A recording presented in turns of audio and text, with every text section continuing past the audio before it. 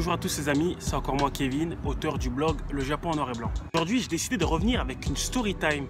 Je sais que beaucoup d'entre vous se sont abonnés à ma chaîne dû à la popularité de mes premières story time, donc j'ai décidé de revenir sur le format que je savais faire le mieux, c'est-à-dire les story time. Eh ouais, dites-moi en commentaire ce que vous préférez, les vlogs, les vidéos en duo ou les story time. Ça va m'aider en fait pour la suite. Si, n'oubliez pas de vous abonner et d'activer la cloche de notification pour ne louper aucune vidéo. Aujourd'hui, j'ai décidé de vous parler d'une histoire qui est arrivée dans mon entourage au Japon. Parce que depuis le temps que je vis au Japon, j'ai entendu quand même pas mal des histoires, surtout lorsque j'étais étudiant. L'histoire va parler d'humiliation. D'humiliation à la japonaise. On se replace un peu dans l'histoire. Cette histoire est arrivée il y a quelques années de cela, quand j'étais encore étudiant à l'université.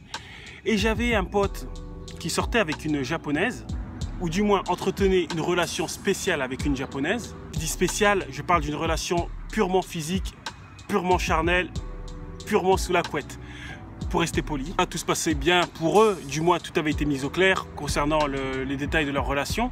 Je voyais souvent la fille à notre étage, tout se passait bien entre eux jusqu'au moment où la fille japonaise découvre que mon ami avait une copine. Et là, vraisemblablement, ça l'a pas plu, donc ils ont rompu, ils ont arrêté leur relation et tout ça. Et mon pote est rentré dans son pays. Pour le moment, rien ne semble spécial. Ça reste une histoire de tromperie ou une histoire de couple, une histoire de fesses standard.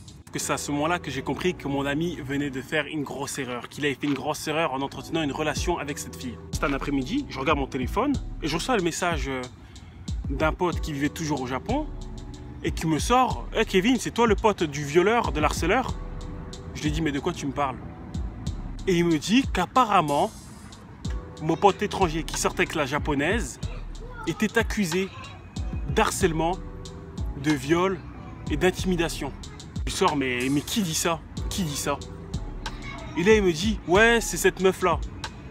Je regarde la photo de la meuf et je vois la tête de la meuf, mais je lui dis, mais cette meuf-là, comment il a pu l'harceler? Comment il a pu la violer? Vu que c'était elle qui était tout le temps avec lui. Elle venait tout le temps le voir, elle lui ramenait de la bouffe et tout ça. Elle était tout le temps dans notre étage. Elle était tout le temps, ils étaient tout le temps ensemble. Elle raconte des conneries. C'est du mytho. Et je lui ai dit à mon pote que même si il voulait, j'avais les messages, les captures d'écran que mon ami étranger m'envoyait en fait quand il discutait avec la meuf. Pour prouver que vraiment, il avait rien fait de mal. Il avait rien fait de mal.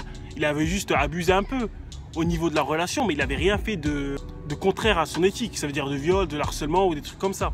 Et là, j'ai compris qu'en fait, cette fille, pour se venger et pour conserver son honneur, parce qu'elle n'avait pas apprécié que mon pote étranger l'utilise pour faire ce que vous savez, et qu'en fait, au final, il avait une copine, elle avait pris la rage, comment dire, le seum, comme vous appelez ça chez vous, et qu'elle avait décidé en fait de pourrir sa réputation, et de le pourrir, et de préserver en fait son honneur.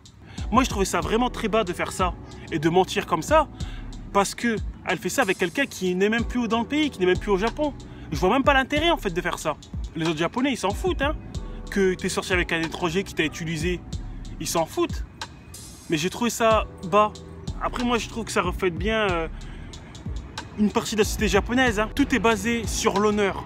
Pour les Japonais, la plus grande humiliation, c'est de perdre la face. Tout le monde essaie de garder une réputation propre. Tout le monde essaie d'être clean devant tout le monde. Donc, cette histoire montre bien jusqu'où peut aller certains Japonais et certaines Japonaises seulement pour conserver leur image propre, pour conserver leur honneur. En général, dans ce genre d'histoire, même si vous avez les preuves, si vous êtes étranger, si l'histoire était partie jusqu'au tribunal, ça allait être la japonaise qui allait avoir raison, ou ça allait être le japonais qui allait avoir raison. L'étranger n'allait jamais avoir raison. Ça, c'est une histoire parmi tant d'autres. J'ai entendu pas mal d'histoires comme ça, de potes à moi, étrangers, qui sortaient avec des japonaises, qu'après l'histoire s'est mal finie, ils ont eu les flics chez eux, ils ont été accusés de viol, ils ont été accusés d'harcèlement et tout ça. Ça arrive tellement. Après, je ne vais pas vous dire qu'ils sont tous innocents. Certaines personnes ont vraiment fait des trucs horribles, notamment à Okinawa et tout ça. Mais beaucoup d'entre eux sont innocents. Ils n'ont pas été accusés d'harcèlement. C'est seulement la jalousie en fait et la haine. J'ai envie de dire c'est aussi en partie leur faute des étrangers. Parce qu'ils veulent s'amuser. Et être dans des situations comme ça, donc ils récoltent ce qu'ils sèment en partie. Moi, personnellement, je n'ai jamais été dans ce genre d'histoire. Pourquoi? Parce que je me suis jamais amusé avec les gens. J'ai jamais essayé de sortir avec des Japonais, j'ai jamais essayé de faire des coups bizarres, tromperies et compagnie. Donc, j'ai jamais été dans ce genre d'histoire. Donc, les personnes qui sont dans ce genre d'histoire, ils ne sont pas coupables d'avoir violé, ils ne sont pas coupables d'harcèlement et tout ça, mais ils sont en partie coupables d'avoir utilisé des gens. Et beaucoup de personnes aussi au Japon utilisent ça pour faire du chantage, Notamment, j'avais entendu une histoire, c'était une femme dans le train. Elle n'avait pas été touchée par quelqu'un, mais elle avait crié Chicken parce qu'elle avait besoin d'argent. Et qu'après avoir crié ça, elle a demandé de l'argent en contrepartie pour son silence. L'homme, il donnait de l'argent à la fille et voilà, il achetait son silence. Soit la fille, elle allait à la police et elle allait les dénoncer. Et en général, au Japon, même si tu as tort, si tu te fais attraper, on crie Chicken, qui veut dire pervers, qui veut dire harceleur, forceur. On attrape la main, on gueule dans le métro, t'ira en prison. Plusieurs étrangers sont partis en prison alors qu'ils étaient innocents. Seulement parce que peut-être leur cuisse a touché quelqu'un d'autre, ils sont partis en prison. Même il y a des histoires où des étrangers se sont fuis. Ils ont fui. Et en général, quand tu es accusé une fois de ça, tu perds tout. Tu perds ton emploi, tu perds tout. T'es fini. T'es affiché comme détracteur sexuel, donc c'est fini pour toi. Les personnes innocentes vont jusqu'à se suicider, tellement qu'ils ne supportent pas d'être accusés en fait. C'est vraiment une partie de la société japonaise que je n'apprécie pas vraiment. Tout ce qui est basé sur la réputation, tout ce qui est basé sur l'honneur, l'humiliation, que dans beaucoup d'affaires, il y a un manque de présomption d'innocence. Le truc aussi qui est le plus choquant, c'est que si tu es étranger, tu as beau être innocent, ta parole sera toujours remise en cause face à un Japonais. Après, ce genre d'histoire ne semble pas être limité qu'au Japon. La dernière fois, je regardais une vidéo du youtubeur coréen Togen, d'ailleurs big up à lui au passage, et ce genre d'histoire semble être commun dans toute l'Asie, que ce soit en Corée, en Chine, au Vietnam, en Thaïlande. Des histoires comme ça d'accusation à tort, d'humiliation, de vengeance sont très répandues en Asie. Donc voilà, c'est tout pour moi. Si vous aimez la vidéo, n'hésitez pas à liker, à partager et à vous abonner.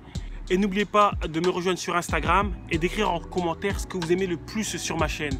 Que ce soit vlog, vidéo en duo, en trio, story time et tout ça, j'aimerais tout savoir. Donc s'il vous plaît, aidez-moi à faire évoluer ma chaîne et écrivez-moi en commentaire ce que vous aimez le plus voir au Japon.